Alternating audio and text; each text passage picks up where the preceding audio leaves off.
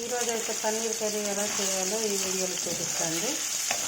నేను ముందుగా ప్యాన్ పెట్టి కాస్త నెయ్యి వేసుకొని ఈ విధంగా పన్నీర్ను వేయించుకొని పక్కన పెట్టుకున్నాను. ఇలా వేసుకొని పక్కన పెట్టుకున్నాను. అదే ప్యాన్లో ఇంకా ఆయిల్ వేసుకొని నేనైతే జీడిపప్పు పన్నీర్ కర్రీ అండి కొంచెం జీడిపప్పును వేయించుకోవాలి.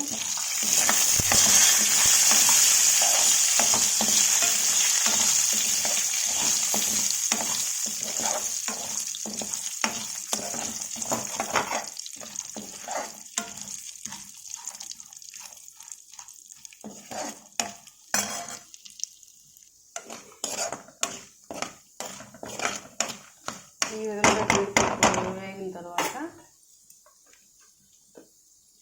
ఆనియన్స్, పచ్చిమిర్చి వేసుకున్నాను.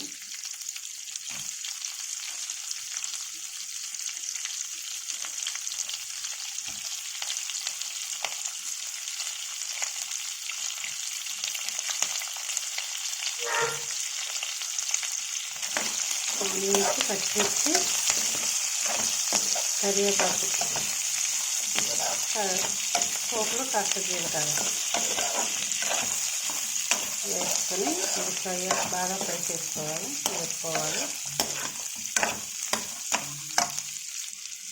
ఈ విధంగా ఫ్రై అయిన తర్వాత మసాలా ముద్దను వేసుకోవాలి. అల్లం వెల్లుల్లి పేస్ట్ అండి, ఒక టమాటా,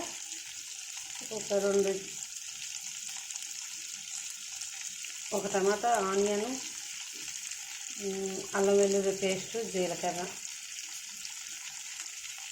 చూడండి. నేనైతే ఈ విధంగా పేస్ట్ చేసుకున్నాను. ఈ పేస్ట్ని ఇందులో వేసుకోవాలి.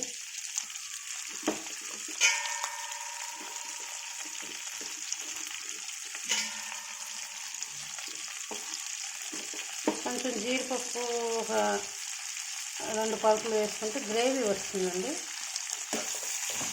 అది మీ ఇష్టం, ఆప్షనల్ ఉండదు. కావాలంటే వేసుకోవచ్చు, లేదంటే లేదు. గ్రేవీ కోసం జీడిపప్పు టేస్ట్ కూడా బాగుంటుంది.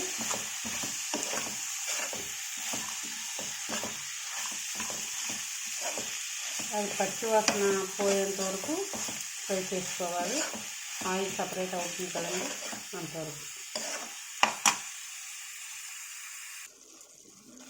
చూడండి, మసాలా వేసిన తర్వాత, పేస్ట్ వేసిన తర్వాత ఈ విధంగా ఫ్రై చేసుకోవాలి.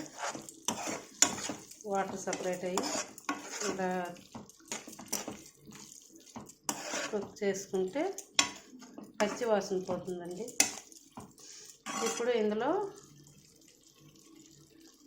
పసుపు, రుచికి సరిపడా సాల్ట్, కారం కూడా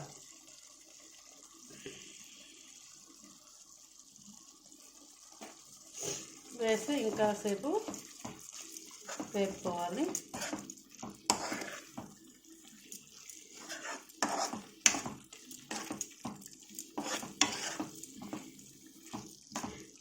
చూడండి, జీడిపప్పు పలుకులు ఒక 4 వేయడం వలన గ్రేవీ ఎలా వచ్చిందో రెస్టారెంట్ స్టైల్లో వస్తుందండి. టేస్ట్ అంత బాగుంటుంది, పిల్లలు బాగా ఇష్టపడతారు.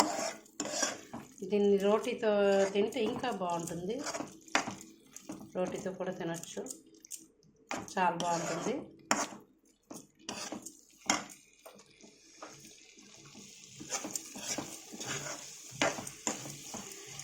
ఈ విధంగా కాసేపు వేపుకున్న తర్వాత ఇందులో క్యాప్సికమ్ వేసుకున్నానండి. క్యాప్సికమ్ ముందుగా వేస్తే మెత్తగా అయిపోతే క్యాప్సికమ్ బాగోదండి. ఇది కాస్త కచ్చా ఉంటే బాగుంటుంది. క్యాప్సికమ్ ఇది కొంచెం ఇలా వేసుకుంటే కాస్త వేసుకొని ఈ విధంగా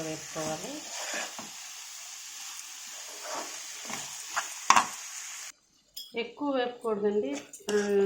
క్యాప్సికమ్ మెత్తగా అయితే బాగోదు, అది కచ్చగా వేగితేనే బాగుంటుంది. అందుకే నేను ఫస్ట్లో వేయలేదు, ఇప్పుడు వేసుకున్నాను.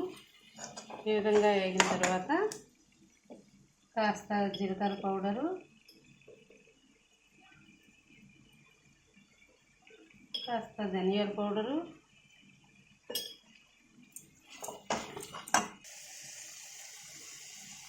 కొంచెం గరం మసాలా వేసుకొని కలుపుకోవాలి. స్మెల్ బాగుందండి, స్మెల్ అయితే చాలా బాగుంది. ఈ విధంగా కలిపిన తర్వాత కొంచెం వాటర్ని యాడ్ చేసుకోవాలి.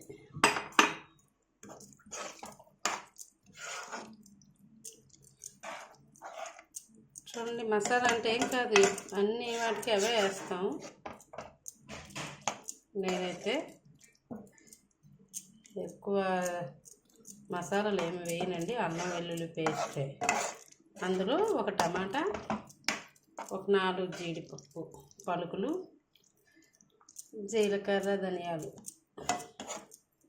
కొంచెం వేసేసి పేస్ట్, ఒక టమాటా చెప్పాను కదండి, టమాటా కూడా వేసేసి పేస్ట్ చేసుకున్నాను.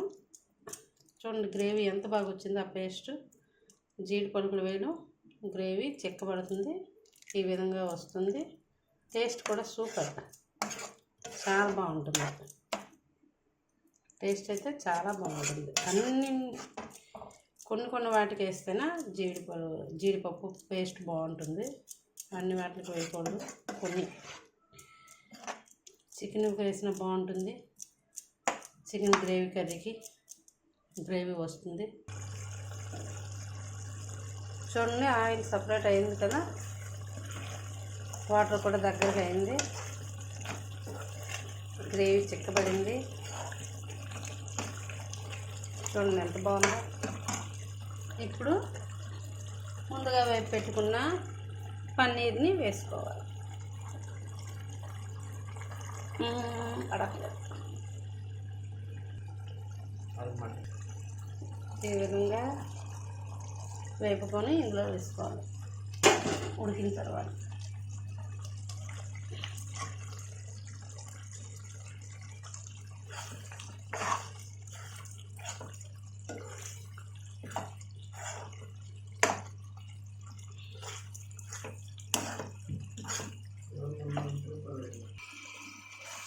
చూడండి కర్రీ ఎంత బాగా వచ్చిందో, రెస్టారెంట్ స్టైల్లో సూపర్గా వచ్చిందండి, బాగుంది. మీరు కూడా ఈ విధంగా ట్రై చేయండి. క్యాప్సికమ్, పన్నీరు, జీడిపప్పు అండ్ క్యాప్సికమ్. ఓకేనా ఫ్రెండ్స్, మీరు కూడా ఈ విధంగా ట్రై చేయండి. మీకు ఎలా వచ్చిందో నా కామెంట్ బాక్స్లో కామెంట్ చేయండి. మీకు కనుక ఈ వీడియో నచ్చితే లైక్ చేయండి, షేర్ చేయండి, సబ్స్క్రైబ్ చేయడం మాత్రం మర్చిపోకండి. ఓకేనా friends, bye bye. Thank you for watching. Bye friends, bye. చూడండి ఎంత బాగా వచ్చిందో, కలర్ఫుల్గా చక్కగా. ఓకేనా ఫ్రెండ్స్.